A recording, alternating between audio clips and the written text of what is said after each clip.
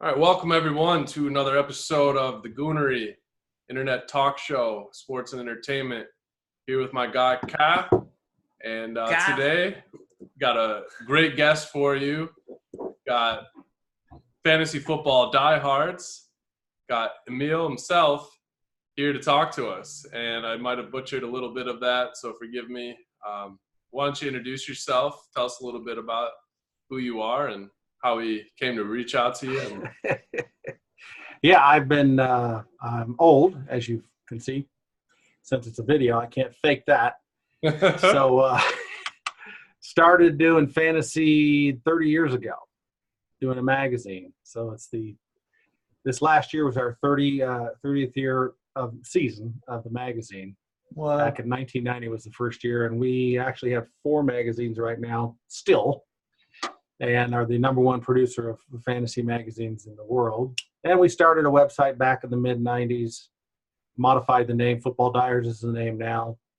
And, of course, I wasn't smart enough in 1996 to go get, like, fantasyfootball.com or, some 3 or 4 letter, ESPN.com. Or if you'd have gotten 3 or 4 letter word domains back in 1995, you wouldn't be talking to me right now. You'd be talking about assistant. Oh, man. How dumb, of course, hindsight's 2020. But anyway, we got in the business way back then, 30 years. It's been a blast. We've seen it all. I can tell you stories about a lot of crazy, stupid people, including myself. But like the NFL hated fantasy football in the mid-90s, couldn't stand fantasy football, was completely annoyed by fantasy football. And like 20 years later, they tried to take it over. And, of course, now you've got the NFL Network and all that stuff, and now we're competing with networks on fantasy football. So the world has gone from 0 to 100 miles an hour quite quickly. Oh, well, I can't wait to dive into all this. We're big fantasy football players over here. We're in the same league and a couple others. Let's start off with the magazines you were talking about. What magazines can people find? Yeah, we started off with the Fantasy Football Pro Forecast. It's the one we've done for 30 years, and it's the largest magazine we've got. That was in 1990. In 96, we started what we now call the Draft Book magazine, and so it's been going on. I don't know how many years that is. I don't have the numbers. And then 2 years later, we got the Cheat Sheets magazine, and then 3 years later, we started, or 2 or 3 years later, we started what now is Football Diehards for the kind of marketing the website. So we got 4 different magazines. It kills us to put it together. It takes about 6 weeks because they're all preseason annuals. So yeah, we make a magazine a week, 2 weeks later, we put the other one out. A week later, we put the other one out, and a week later, we put 2 of them out. Okay. So you're just building 4 magazines paralleled or overlapped, and we're gone nuts by the time we're done. So exhausting. Okay. In my heyday, when I was the most obsessed with fantasy football, I remember buying a fantasy magazine once in my early 20s. Cool. Hopefully you bought ours, and if you did, thank you. I'm not sure if I can recall what it was, but it might have been one of yours. There's a bunch out there. There were a bunch even more. Of course, everybody keeps saying, "Oh, it's dead," but magazines aren't dead yet. But okay, so someday they will be. When did fantasy football start? Yeah, let's get into the history of fantasy football. All right, history of fantasy football. Fantasy sports started in the late 1950s. What? By a man named Bill Winkenbach out of Oakland, shit. California. He started fantasy golf and he started fantasy baseball. And the first baseball league we know of is the SHIRT. It's called the Superior Tile Summer Invitational Home Run Tournament. And it basically was home runs and a few other minor things. So it's a kind of a basic fantasy league. I've actually got the bylaws to that. I found them from the people who started it. And Bill Winkenbach, in about 62, the fall of 62, he became a 10% limited partner with a bunch of people who got this team, which later became the Oakland Raiders. They changed the name to the Oakland Raiders. So this guy, what he did was he took the baseball league, and he and a bunch of other guys said, let's get it shaped up to support the Oakland Raiders. So they made a football league, fantasy football league called the GOPL, the Greater Oakland Professional Pigskin Prognosticators League. And you had to be part of the Oakland Raiders. You had to be a ticket salesman or a PR guy. And, so what's ironic about it is the first fantasy football league that we know of was created to support basically the NFL. Wow. Now that's stunning. So he started that, and we've got some of their bylaws. We got their bylaws and some of their letters. Because what's ironic about it is a lot of people in the business, leaders of the business, they want to ignore that man. I guess there's some, I don't understand politics. I don't understand stuff because they don't like him and they want to ignore him because a guy in 1979, 1980 created rotisserie baseball. Hubbard, I forget his name off the top of my head. I'll go back and look at it. And I guess he's a big shot in the business and everybody wanted to kiss up and be his buddy. And he was a baseball guy. And so they wanted to ignore what Bill Winkenbach did, which I find it's a separate story. We'll talk about it later. Sounds like like I said, one of the guys that was trying to start Facebook before Zuckerberg took it. Could be. Well, another point. It wasn't there, what's the other one called? MySpace? Yeah. It was way before Facebook. It's the same damn thing. They go, oh, we created Facebook. What do you mean? There's this thing over here for a while. I'm a little surprised that people don't recognize. They made a movie out of it. It's like there was this other thing here for a while. They just copied it and changed the name, in my opinion. That's our business strategy. What's funny? How can we make it better? Sure. How can we copy it? Yeah. Well, that's interesting because I thought fantasy football started maybe around early 2000s, but it sounds like it went back way before then. So and actually it was a how did that work? Yeah, how did it work without the internet? They used newspapers, stuff like that. Here, I'll show you real quick if you don't mind me clicking a couple No, we things don't. here. No. Let's see. Can you see this yet? Mm-hmm. Okay, here's the article off the top of our website. There is Bill Winkenbach here to the right in this picture. This is, what's his name? The coach of the Raiders? Al Davis? No, the big guy. John Madden? Yeah, that's John Madden. There's their trophy back in, I don't know when this is. It's when they won the Super Bowl years ago. But this is an article, and you can see here. Is that a priest next to him? Yeah, I guess they had a priest who prayed it before every game. Oh, okay. So here's Bill Winkenbach, and here's one of his letters where it's Superior Tile, Summer Invitational, and GOPL. This was 1966. It was a commissioner letter, which just is another proof that this guy created fantasy sports. And here's a little story about Dan Okren, who created rotisserie baseball in '79, and a lot of people in the business try and ignore Winkenbach because they're friends with Okren, even though he created the Superior Tile Summer Invitational Home Run Tournament back in the late '50s. They try and ignore that because they want Dan Okren to be the guy, which is stupid. Anyway, just wanted to show you real quick. Wait, why is that stupid? What's stupid is fantasy baseball started in the 50s. So why doesn't Dan Okren say, hey, we created rotisserie in '79, 20 years later, and we, that's great, and he made it popular, and he wrote a book, and it really helped the industry, but fantasy baseball started in the 1950s. So just say, you're not the first guy. That's my point. It's stupid to sit there and pretend like you're the first guy. But I'll stop you. I'll try and get off my horse. Here's the original fantasy football draft. Oh, that's so Let's cool. fucking go. And it was in this house here. You probably can't see it. It was in Bill Winkenbach's basement, which I think he called the game room in this thing. I can't remember half the article. But I called up Andy Musolimas, which is the guy on the left over there. If you can't really read this, he passed away, unfortunately. He was in the original draft. I called him up. I said, we want to do a story on, the original, GOPL and whatnot. He says, go through your stuff.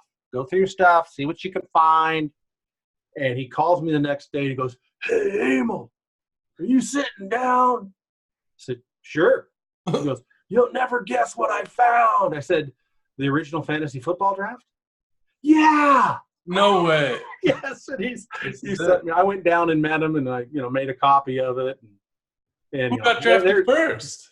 Yeah, let's look at Yeah. I don't know. See, the Wait, problem First was, draft of all time. yeah, the first guy that was taken, and unfortunately, the way they did the sheet, they didn't do it in order of the draft. They did it in column form. But that quarterback for the Raiders, Blanda, he was the first guy taken. Okay.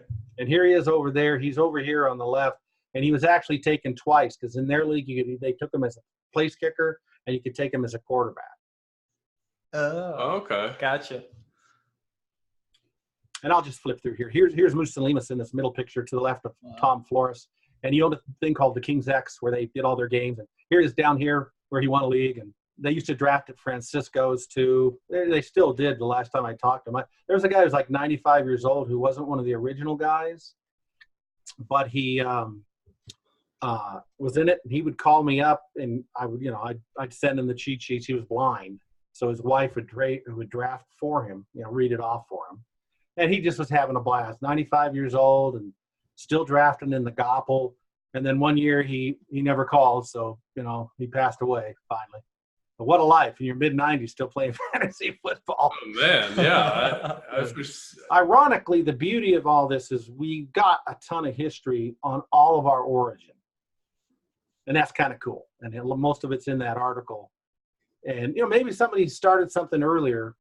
But that's what we know as of now is this Bill Winkenbach's the guy, and he owned 10% of the Oakland Raiders, and of course he passed it on to his kids. I talked to his wife,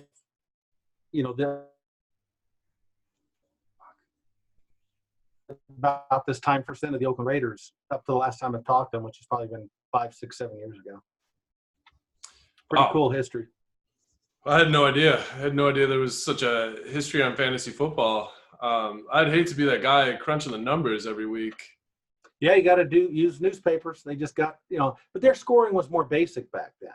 Touchdowns, and they actually had a few quirky things in their rules. I haven't looked at it in a while, but yeah, back then being a commissioner was not fun. No. And then you had to mail the stuff. Typically, right? Email wasn't really that popular, and I guess you could have scanned them. I mean, it was quite different back in the mid-90s. Oh, my goodness. Or before. That's pretty crazy. Just that little game they made up in their basement has become such like a multi-million-dollar just juggernaut. Yeah. I'm like, as a matter of fact, Winkenbach, part of that story is, he made a comment saying somebody had quoted him before and said that, I wish I'd have patented it or trademarked it or whatever. I don't know if you could have. But obviously, I think you can patent or trademark anything you want to in this country. Well, unless somebody's doing it or it's so common that you have an issue with that. I mean, right now, could you? I actually created Fantasy Best Ball in 1998. Fantasy what? Best Ball. Basketball? Best. BESTBALL. Best Ball. What's that? You don't know what Fantasy Best Ball is? What it is? No, I don't. So what it is it's gotten insanely popular lately because you draft a team, and usually you draft in a league where you draft a little deeper instead of 15, or you draft a 20 or 21 or 22, and you don't pick up free agents the whole year, and you don't put a starting lineup in. And the commissioner tool on Tuesday morning picks your best lineup and everybody else in the league's best lineup. And typically those are total points through 16 weeks. And whoever scores more points in 16 weeks wins the league. Okay. And why it became popular is, what's the most fun thing to do? It's drafting. So you can draft in hundreds of best ball leagues. And then you don't have to do anything. Okay. And it's just watch and enjoy it. And there's a lot of money leagues now. My fantasy league used to have a real good one called MFL 10s. They sold it to another company, Sports Hub, and they do those. But a lot of your sites now will have best ball leagues for money, contests. And there's various different strategies, or, some are double your money or triple your money, or they only take the top 3 to win money. And they've gone nuts. There's people playing. I know people who play 100 or 200 or 300 a year. They're constantly, and they play slow leagues. So they're sitting there with their phone. Oh, I got a draft. I got 10. Like holy shit. Yeah. Yeah, it's insane. But basically because people, they love to draft, and they can draft like crazy for 2 months. Some people start playing in March before the NFL draft. But do you play any of those leagues, or you I just played last year. Only played like 3 or 4 because I'm too damn busy to play in them. Right. But I get don't play in that over 2 leagues. But I created it in '98. I'll tell you the story later because we're taking too much time. But it was just I was in a league. It's called FanX, and they wanted to do 2 leagues in the summer because it was an expert league. It was a slow league on my fantasy league, and they wanted to give the watchers, and because every time you drafted, you put a little why I drafted this person. It lasted like 2 weeks. They said, "Oh, you want to do another one?" Everybody said, "Oh, I want to do 2 leagues." Seriously, back in '98. So I said, "Well, let's just, draft and don't pick free agents up, and have Terry, our commissioner, on Tuesday pick the best lineups." And they go, "Oh, okay, that sounds like a good one. Let's try it." Yeah, double down. And it worked. And then 20 years later, it's an insanely popular. Even though you guys don't know what it is, it's a very popular way of playing fantasy football. And you got high stakes people who play a lot of high stakes, a lot of money. They'll play in them to practice. Yeah. You can get free ones, or you can pay $10 ones or $5 ones. Something where if you get a little money in it, you don't get nuts just going in and drafting stupidly. And that gives them practice. There's a little different strategy, but still you're practicing drafting and seeing where players are dropping and just getting used to it. It's like working out before you go, to your event. It's hilarious. Yeah. Like a mock draft for money. Yep. But it's not mock, it's real because it's real, right? But you're not putting a lot of money in. So, mock drafts, you can have just idiocy and people quit, but you get 5 or 10 or $20 in it. You don't see as much. You see more of a realistic draft. Yeah, that might be a better way to do a mock draft. Yes, get a little return on investment after. Yeah, that's not a bad idea. I did fantasy baseball rotisserie for 3-4 years, and I gotta say that was some of the most fun I've ever had playing fantasy sports. The accumulation of stats for a full season. To determine the winner rather than head-to-head. Yeah, and baseball is, it's longer, it's more players, it's more complicated. So it's the other thing too is I was part of the World Championship of Fantasy Football that started in 2002. It was the first high stakes fantasy football league. And now I'm part of the Fantasy Football World Championships. And what we did there, and this is 2002, how far is 2002? It's almost 20 years. What we did there is, what drives me nuts is head-to-head is a social engagement. You want to go to work on Tuesday and go, I beat you. It's all about the fun of interacting socially. Well, total points is kind of like, I scored 3 more points than you. Oh, whatever. So, but the reality is total points is really more important. So what we did in those leagues is, let's say you have 12 teams and 4 make the playoffs. So what we do right now is you take the team with the best record is seed 1. The team with the most points, other than the team with the best record, seed 2. Third team is the team with the best record left over, and fourth is the team with the second most total points. So you're bringing 2 teams out of 4 into the playoffs who may have had a bad record, but they had the most total points. Yeah. And when you ask a guy to put $1,500 down on a high stakes contest. Jesus. And he goes 8-6 or 8-5 and has the most points in the league, and you don't let him in the playoffs, you got a problem with your contest. And we did that the first year in 2002. And we had a lot of guys going, I don't know, what's this thing? I'm not sure, because it was the first time we ever did it. After the season was over, these guys came to us and says, I can't believe how well that worked. It was so fair to allow these teams who have the most total points, because like I said, total points is really where it's at. Head-to-head is random. I could beat a guy by 1 point, and then the next league lose by 50. I'm 1-1. Right. It's stupid. It really is stupid. And it's funny that local leagues, after how many decades, I've in so many local leagues, they don't understand that they should have a wild card team that's total points, at least one. And you talk to them, and they're just like, "What?" It's like, you got to be kidding me! I couldn't get a high stakes player to play without bringing in the wild card of total points. But the home leagues they haven't gotten caught up to that. Not that I try. I don't really try because it's hard to convince people. Well, we did an auction draft for the first time this season, and that went over so well. I've heard nothing but good things about how the people in the league enjoy doing an auction-style draft versus the typical snake draft that we've been doing for years. Wouldn't you say?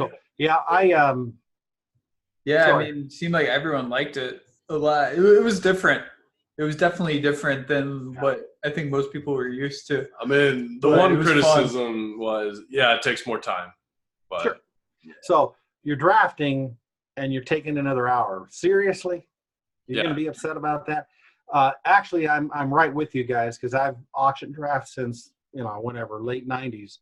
And auction is, to me, the best way to draft. It's more fair, if that's proper English. And it'll never be the standard way. As a matter of fact, baseball back way when used to be, most of the drafts in baseball were auction, which took even longer. But people are afraid to draft in the auction. I'll give you the reason why. I'm running to my draft. I grab a magazine or a cheat sheet off the internet. I go to my draft in a serpentine. I don't know what the hell I'm doing. I don't know a thing about it. So it's my pick. Well, let's see. I'll pick, 6 guys are gone. I'll take the next guy. Boom, I put his name out there. Oh, good pick. 12 picks later, I go, who's left? I'll take this guy. I can luck myself into a decent draft as long as the cheat sheet's up to date and nobody got hurt. Auction, if you don't know what you're doing, and you guys just have done it once, you're spending either too much money and then you got nothing left, or you're not spending enough because you don't want to spend all your money and you don't get any of the top players. And then you got all this money left to get the average guys, and you end up with a below-average team. So people are really afraid of auction because they're scared. They don't know how to do it. It's too bad. It's too bad because it's really the best way to draft. And I'm glad you were able to convince your people to do it because I've given up trying in most of my local. Yeah, I don't really invite the people back that don't know what they're doing. That's good. I like that. Make some extra money. Oh, yeah, that's true. People like a competitive league versus like someone that's not starting players each week. Yeah. Yeah, sure. Oh, man. All right. So you have a tool that is exclusive to your website. Is that correct? Yeah. It's my other site. We have Football Darts and I have Fantasy Nation. Let me go over here and click and see if I can't get back to that. Yeah. So you're going to screen share your website. Yeah. Okay. Just a sec here. Let me do this. All right. FantasyNation.com. FantasyNation.com. I'm logged in. And so anyway, basically there's about 3 or 4 things that we do on the site that are really a lot of fun. Did you create this website or do you have a group of guys? Well, I got programmers. Programmers? And I'm too old to program anymore. I'm actually master's degree in electrical engineering, but that was a long time ago. So a couple quick things. We've got a weekly expert rankings. Of course, we have draft rankings that have, before the season started. So here's your weekly expert rankings. I'll go to running back, standard. And what you can do is you can pick experts.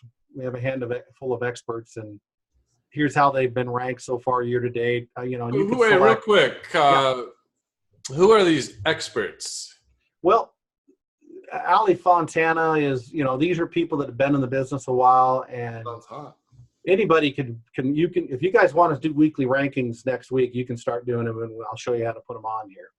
So anybody can bring them in weekly rankings, and then we have scoring every week. So, down here is people like me who I don't rank myself, but these rankings are between all these people that have joined and put their rankings in weekly. And we call people experts. We're all experts. Anybody can be an expert. It's just a name we use. I'm more of a specialist. There we are. Specialist. It's a name that probably should not use. Anyway, you can look at these. You may know.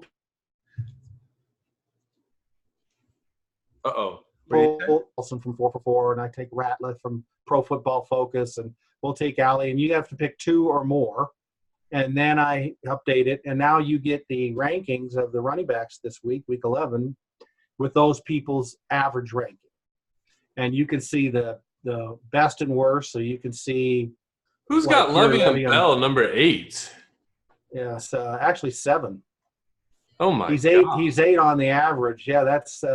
I wouldn't do that, but we'll see. I mean, they know something. I mean, these people are good. These people are good, and they know what they're doing. But anyway, the point being is, you get a lot of anxiety when you are starting to figure your lineup out on Thursday night or Sunday morning, and you can go in here and say, all right, let me pick a couple of people I know well and see where players fall, and then maybe I'll decide to change who I'm going to start that week. Or maybe even you find somebody who's still in your league that, there was an injury and they're in the top 30 and you go, gosh, I'm desperate for a flex running back or whatnot. And I can go in here and oh my gosh, they like this guy and I can go grab him as a free agent real quick in my league. So it's really kind of fun to get a perspective from experts that have done well against the rest.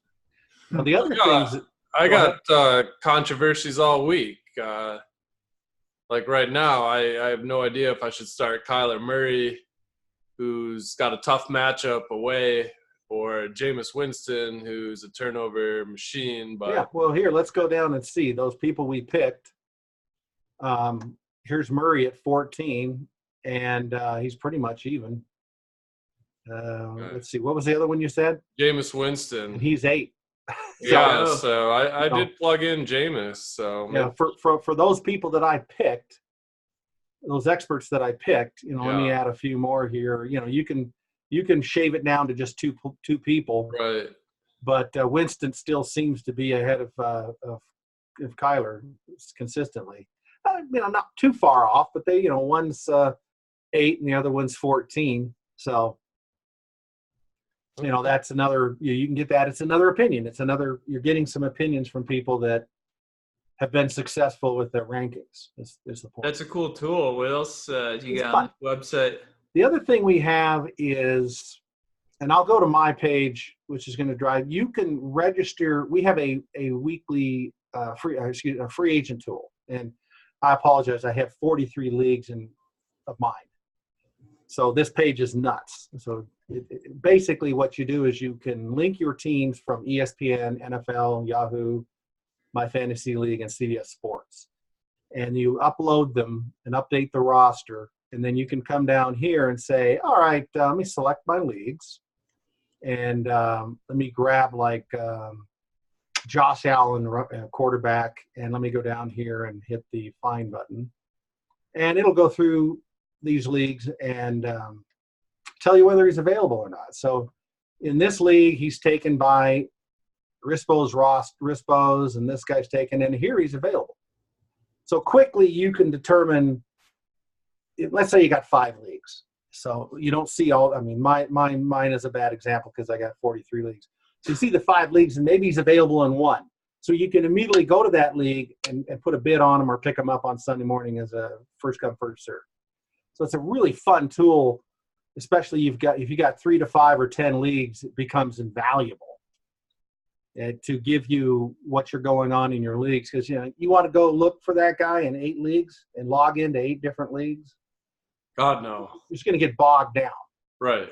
And so this tool just I'm sure people don't have 43 leagues. Some people do. So how to run the tool is you go, once you create an account up here, you go to register your league, and let's say you choose Yahoo, and I've got 3 different accounts, and you create an account, you log in as your normal Yahoo, and it creates an account, and then you'll go down and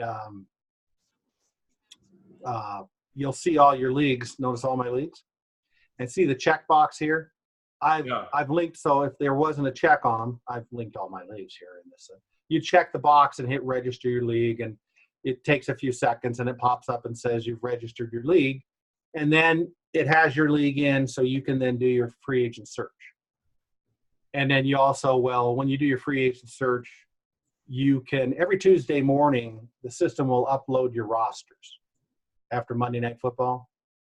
But if you see one that maybe you want to, like it's Thursday now, so let's come down here and notice the Pro Forecast TV League got updated on the 12th. I want to freshen it up, so I can hit here and load the roster. And after a few seconds, it's reloaded the roster, and notice now the roster's fresh. Right now, you have to do them all separately. We probably want to do them all at once, but most people only have 3 or 4. They can just do them in 30 seconds and be done with them. Then the coup de grace is, here's my home page. So I have Fantasy Nation /Emil Cadlick. That's my home page. I have Facebook, you have social media you can point to, my website, a bio. But now here's all my teams. So I'm 6-3-1 in this team, and I have 489 Fantasy Nation points. And notice I have quite a few teams and quite a few platforms.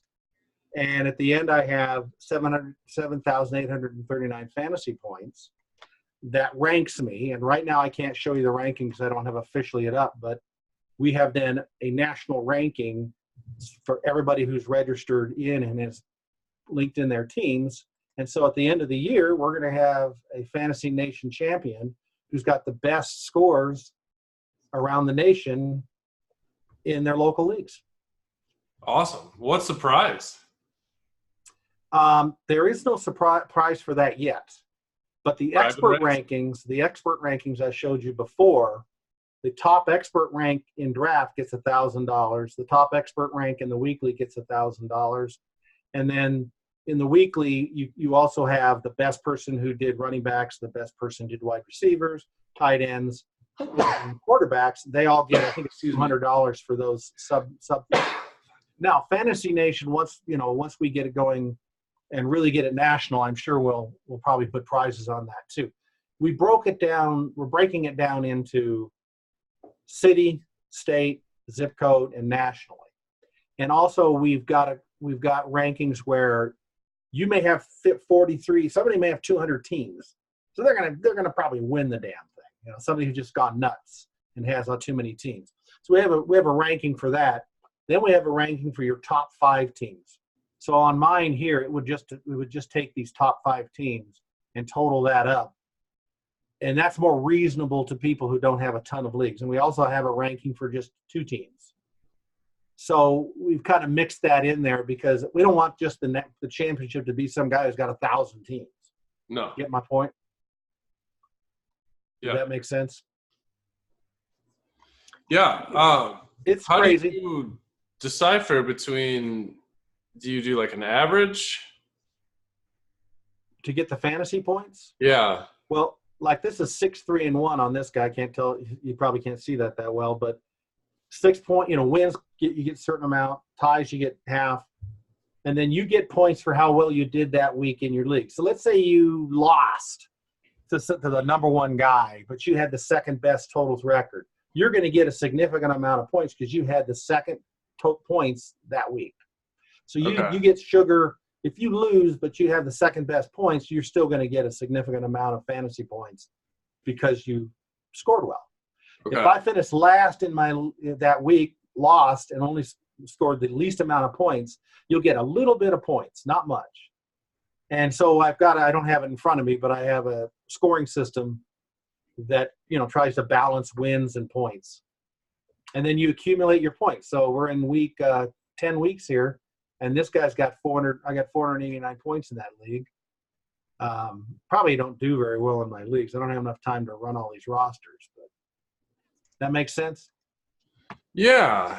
You can also, if you link your Twitter account, it'll show your last 5 Twitters over here on your page. So as we grow the following, you can go to somebody's page and see what they're talking about on Twitter. You're ranked first in this? No, that's just a test. Oh, okay. Yeah, that's not linked up yet. I'll have it next week. I probably am because I got 40. No, actually, there's another guy who's got more teams than me. Wait, so you have But 40 teams this year? 43, yeah. Yeah.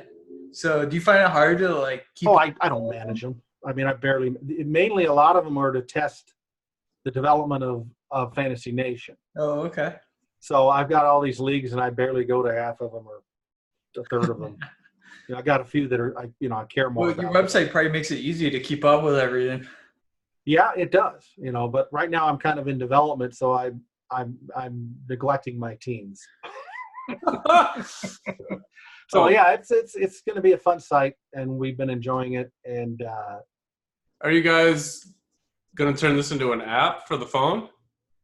oh, we'll probably have an app. It's phone compatible. You can go on your phone and work Okay. through it. So you don't need an app, but we'll probably have an app eventually. I like some of these concepts. It's just some of it's over my head. Like I don't know how I would comprehend doing it all. Not sure. How many leagues are you in right now? Well, just two. Okay. And which platforms? Well, I'm in NFL and Yahoo. Okay. Well, yeah, you go in, create an account, which is on the right-hand side. I didn't show you guys how to do that. Let me log out. Whoop, wait a minute. I got to share, don't I? All Okay. Right, just a sec. I apologize. You can stop me. What would you say? I'll log out here. And so if you come on, baby, you can log out. Well, that's funny. It won't log out for me. Okay, keep going. I'm sorry. What would you say the best fantasy football platform is? Well, let me stop that because for some reason it won't let me. We should have a ranking. The best platform? Top platform. Oh, that's a good question. I like the NFL one as far as the drafting. ESPN, NFL, Yahoo, they have very nice drafting systems. Let's see. Yahoo's free, is it not? I think they all. That's a nice platform. Yahoo's really good. I would put Yahoo number one. Yeah. Yeah. They're all. The NFL has been a really nice play. Like I said, ESPN, Yahoo, CBS Sports. I've used it for decades. It's a little awkward, but it works. Okay. My fantasy league was one of the original ones. It's a little awkward now because it's gotten kind of old, but for super features, if you want to do all these bizarre things in your league and you modify your page in different ways, they've got that locked down. But it's still kind of old. You kind of have to get used to it. The draft room is, it works, but it's not as crisp as all these, networks. You're competing against networks who have millions of dollars, and they can probably make a more crisp platform. But my fantasy has been one of my favorites for decades. Okay. The biggest objection I run into as a commissioner with someone that is going to be in the league is they're like, oh, I'm in 3 leagues. I'm at my capacity. I can't do another league, surely. They say that? The biggest, as a commissioner, I find it hard to get people to join my league because they're doing so many leagues already. Really? 3 seems to be. Yeah, 3. Are they just pussies, or am I not? Is there another way I could get them to join the league? Yeah. Well, I guess my perspective over the last 30 years is different. I see a lot of these people in the business and being part of high stakes. I've seen there's one guy who's like the number 1 player in the world. He plays like 200 high stakes leagues. 200 high stakes, meaning he's spending $1,800 200 times. Is that his full-time job? Yeah, that's his full-time job. Now that's obviously the insanity over there, and he does really well too. And his obviously a tool like this would help him immensely, and maybe he's using one out there because there's probably a few out there right now. But I don't know. It's all about how much time you got. It's a hobby. Yeah, and so if you got time to play in 1 or 2 or 3 leagues, then that's what you do. Well, and that's why best ball has become more popular, because I can draft like crazy in August and early September and still have my 1 or 2 home leagues I do, and I can I can check the best ball and I don't have to spend any time with it. Okay. Fuck, I just lost my train of thought. I have another question then.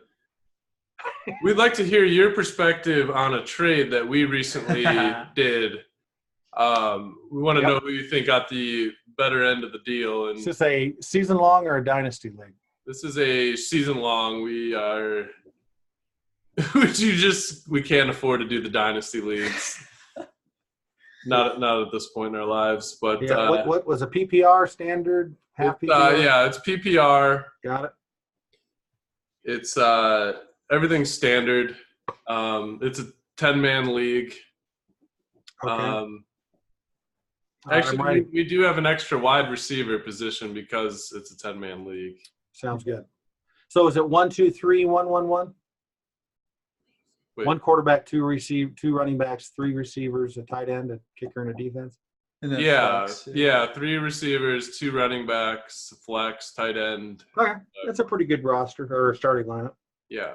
All right, what was the trade? So he was trying to get Cooper Kupp from me all season. He proposed probably 15 trades, and I denied them all until I think it was week 8. He finally made me an offer, and I was like, okay, I'm on board with that. So I gave up Cooper Kupp for who was it? Waller from Oakland, tight end, and then Stephon Diggs. So Waller and Diggs. Yeah. So that was the trade. That's actually not a bad trade, especially if you can get Thielen to be hurt a little long. Somebody can go to Minnesota and make sure that guy's really out for a few more weeks. I have Thielen on my roster. Ah, okay. Yeah, that's not a bad trade. PPR, 10-man league. The Cup is the problem with that damn team is, 1 week he scores 25 fantasy points, and the next week, what did he get? 0. Yeah, that hurts. But you'd like his floor to be a little higher. But that's not a bad trade. I'd say that's a pretty good trade. I can't believe Waller. Do you believe that guy? Yeah, so I mean, he come out of nowhere, had a drug issue. You hear all these stories, and you go, yeah, whatever. Right. And, I had him ranked pretty low, and I tried to get him in a few leagues, and he kept going earlier, and I got him in a few. But then you saw this guy play and how much they really used that guy. Yeah, so funny. Good for him. So I was all in on Waller this year for one reason. I watched Hard Knocks, and I heard one scene where John Gruden said, the tight end is the lifeblood of our offense. And I was like, all right, I got to get this guy. Maybe we can believe that coach. And there was one other scene where they're like, who's the best guy on your team? They're like, oh, that Darren Waller, he's real. Yeah. I mean, the player said this guy's incredible. He runs like a receiver, and he's a tight end body. And you go, okay, I hear it. But sometimes you hear a lot of stuff where they talk about how great a player is, and it doesn't pan out. But you could have gotten him fairly low if you could have targeted him fairly low, and it becomes more of a safe draft pick. Yeah. When you can get guys, when you have to take a Kelsey in the second or third round, and then he turns out to not have a great year, your value got hurt. Yeah, like Zach Ertz this year, right? Mm-hmm. Yeah, there's another. Yeah. You just never know. Do you have some people you drafted that were you got a good deal on? You either drafted them late or didn't pay a lot for it, and they're having a good season? Well, off the top of my head, Waller was one of them, and then the Mark Andrew for Baltimore. Yeah. Tight end there. Both those guys I took a lot. Lamar Jackson was still, his ADP early on was still low, and I got him in a few leagues really late, 10th, 11th round. Yeah. I play in expert leagues where quarterbacks go really low. Then when we got into the preseason, you had to take him a little higher, and I wish I'd have gotten him more, because my analysis was like, if the guy ends up as the number 7 quarterback, that's good value. Well, he's not the number 7 quarterback. He's like a top 2-er. Right. And I just can't believe how much he developed in 1 year. That he just went to such a level that I don't think it's a fluke. Number 2 in line for the MVP. I I was intrigued by him in both my drafts. Like, oh, I should probably take Lamar Jackson, and then didn't for some reason, and that's kicking me in the butt. Well, the problem when you draft, I think right now is a good time to go back and look in the mirror, and you really should do this as a fantasy person. Is why didn't I take that guy in the 8th or 9th or 10th round? Why did I shy away? You got to take guys. You like you suggested. You heard what Gruden said and what players said. You got to decide. Okay, I'm going to believe it. But when the draft happens, all of a sudden it's the 10th round, and you're going, wow, I want to get this other guy first. I'll get him later, and then you never get him. You've got to be convicted, and you've got to kind of analyze. I'm going to take risks on these players, and I'm going to make sure to get them. And I know what the ADP is. So here's the slots I'm going to take them at. I'm going to take them a little early because I don't want to lose them. And then there's these other guys that if I get them, okay. If not, I don't care about it. And then you may have some long shots at the end, is going to last to the end, and you take them. Maybe like a Ronald Jones the third. You got him in the last round, and of course you had to wait all season for him to do anything. Yeah. But what happens is you start doubting yourselves, and you start doing the what's it called, the group think. You ever heard of that term? Oh yeah. Where you hear other people they're talking about this stuff, or this guy sucks, or he doesn't. You're going, well, God, maybe I don't believe. Maybe I'm wrong. You have to have conviction. You may not be. We don't know. That's why we play it. Crikey, I keep joking with people. They say, oh, it's all luck. It's just not all luck. These experts, these experts leagues, these people who do well and spend a lot of money on it, they're there every year, except maybe occasionally. It's not luck, and they work at it and they're hard at it. But you've got to decide on your conviction. You have to plan your drafts, and that's why practicing drafts and stuff. You got to do it, and it may not work. Maybe Lamar Jackson wouldn't have done that well. I took Wentz in a few leagues because how well he had done his first 2 years. Well, Deshaun Jackson goes down, and then who after some other guy went down, and they're struggling with their receivers, and now he's just an average quarterback. That didn't work for him. But then again, maybe I took Lamar later, or maybe I took Josh Allen, who's done okay. But then free agency, I was in a best ball league, and I took 3 quarterbacks because you got to take a lot of quarterbacks. And a few other leagues, I took Stafford. That's my 3rd quarterback. Yeah, he was on the everybody bench. He had such a bad year last year. Everybody just forgot about him. And I said, this guy, healthy, even not healthy, he's still a guy who can make it into the top 10 at quarterback. And you're taking him as your 2nd late quarterback or your 3rd quarterback in best ball. And what happened? I forget where he is right now. He's like 6th or 7th quarterback. I think he broke his back from carrying the team. That's a good one. I love it. But he got hurt again. But nonetheless, you got to study and decide what you're going to do. And when you're drafting, do it. Do it. And you may be wrong. You could be wrong. Do you like drafting players that are on the same team? Like, do you like drafting like a QB and wide receiver that are on the same team, or do you try? Yeah, I don't care. Either Nick's Knox.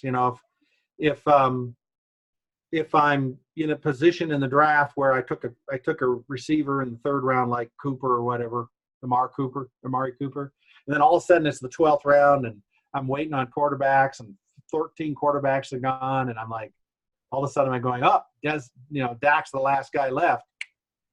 I'm taking Dak. Now that's I don't worry about that. Yeah. I hardly worry about bye weeks except for quarterbacks.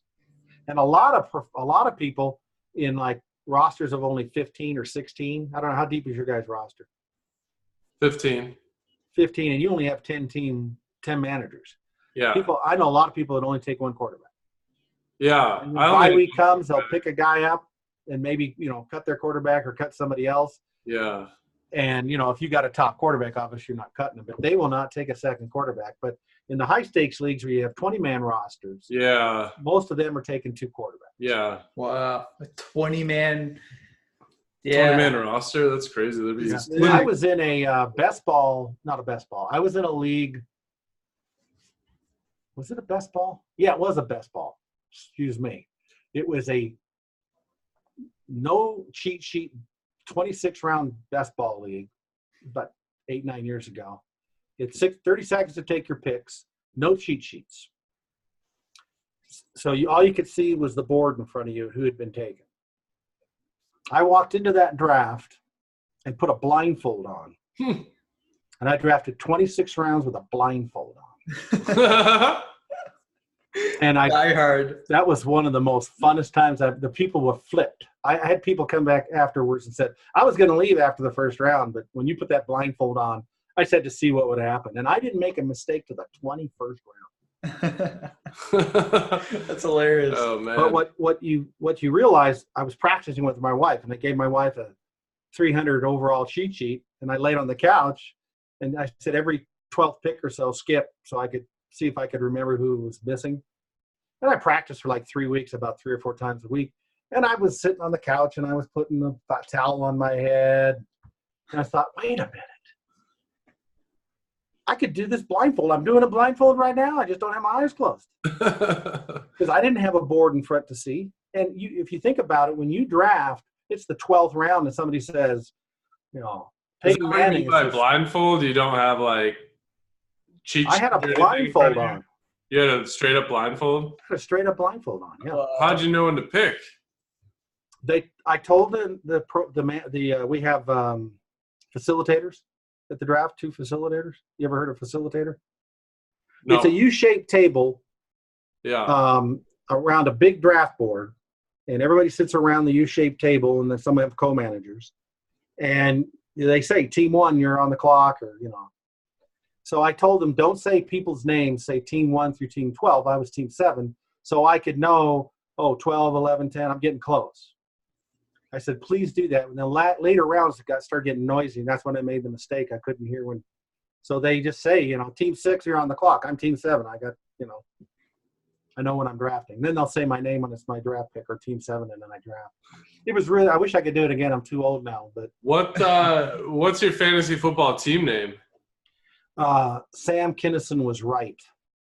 Of course, you guys probably don't know who Sam Kinison is. Sam Kinnison's the stand-up comic, right? Mm-hmm. Yeah. Sam Kinison was right. It's kind of a joke inside a joke, but we love it. I thought it was a good name. It's a unique name. Exclamation mark at the end, of course. What was the funniest fantasy football team name you've ever seen? The World Championship. Floating flatulent logs was one of the ones I thought was pretty funny. I'll have to go back and look. We had an event, the World Championship. We did it in Vegas. We'd have like a 70. When we got the biggest we got, we had like a 70,000 square foot ballroom. And these U-shaped tables take about 30 square feet. So if there's 75 leagues, you walk into the room, you have to ask where your league is. Wow. Because you're like 1, 2, and that was a lot of fun. So you had all these team names that we had. What's his name? Gosh, the mind's a terrible thing. Nick Bakay. He used to be on ESPN and NFL, and he's the executive producer of Mom. It's on CBS. You probably haven't seen it. It's a great show, a sitcom. Anyway, he'd get up there and he would go through some of the fun names that he found. Unfortunately, I can't remember half of them, but there were some. One guy was called Bipolar Bears. Okay. Very appropriate. I thought that was kind of a fun one. That's not even funny. It's just true, I guess. Yeah. It hits a little too close to home. Maybe next time I'll come up with some. But there were some. That was half the fun, is these insane names. Some of them you couldn't really use, like Dirty Sanchez or something like that. Yeah. You had to be a little careful with a few of them. Yeah. But that was a great event because with where you draft defensive players. I've been in a couple. I'm just not educated enough to do defensive. Fantasy, the people that do it love offensive game. People love it. There's a lot of people that do IDP. We have it in our magazines. People go nuts about it. It's all about what you want to do. That's why fantasy has been successful. People aren't telling you can't do something. I had a guy locally back in the 90s. Except for my girlfriend. There you are. I mean, they did receiving yards. That was one of their points. So if a guy got 100 receiving yards, they got 100 points from that receiver. If that's what you want to do, and you got people who want to do it that way, I started a league in 81. It's the 39th year. We've had people die that were in the league. It's basic scoring. It's 6 points for a touchdown. Boring. And I occasionally go in and I started the league, but I'm not the commissioner right now. And I go into their – every year we'd meet for the draft and we do rules. And I'm like, okay, you guys want to do this? And every once in a while I say, hey, let's go, 4, 6, 6, 20, 10, 10. And they're like, what the hell is that? Well, 4 points for passing, for, 1 divide by 20 for your passing, divide by 10. That's bullshit. We got the greatest league that's ever been made. I says, guys. Oh, yeah. Seriously. They love it. And that's the whole point. If you love it and everybody likes it, and I just like, okay, just a suggestion. Just a suggestion. 99.9% of all leagues in the world don't use your scoring system, but keep going. You like it. Yeah. And I think that's one of the creativities, like you said, team names, creativity, fun. Yeah. You're challenging. It's a competition, and you're having fun. You got funny team names. You can decide your own scoring system. You can decide how many roster spots. You can do a quarter PPR and have fun. You don't say somebody doesn't come down from the heavens and say, oh, you can't do that. That's not standard. And that's the creativity of fantasy football. That's one of the reasons why I think it's exploded over 50 years. Okay. So is there you were talking about a fantasy football championship. Are there leagues where it's like the best of the best? Well, yeah, there's a World Championship of Fantasy Football we created in 2002. You created? Me and another guy, yeah. Okay. Papano, Lenny Papano. And it was the first one. Lenny. So that was the first one. And then, of course, after we did it, there were like 10 of them. Right now, I think there's about 4 main ones. I worked for Fantasy Football. We sold it years ago. And I worked for Fantasy Football World Championships. And people, it's like 1,800 buy-in. And back then, it was all live one time on a Saturday in Vegas. So you had this huge baller. Now, more than half of them are online. And they're spread out from August 1st to September. People draft even after the Thursday game. So what happens is if you drafted on August 1st, you can put your lineup in on Sunday morning, the first game, and whoever played on Thursday, you can put them in or put them out. Everybody has a chance of doing that. So people are drafting after Thursday of that first week. So they're just a blast. It was really cool when everybody was in one room and you walked in a room and you just saw, literally, as a matter of fact, if you go to Fantasy Nation on Twitter, you can see a picture of one of the drafts and how it's just, it's this huge room of all these crazy people. Yeah. I can imagine. I think it would be really cool if there was like an official, let me see if I can. Like, how there's the Premier League of football. There was like, are we screen sharing? Yeah, sorry, keep talking. Okay. I think it'd be really cool if there was a ultimate fantasy football league for the best of the best. And then every year, like the bottom 3 are kicked out for the next tier of the best and so forth. And it kind of strings down.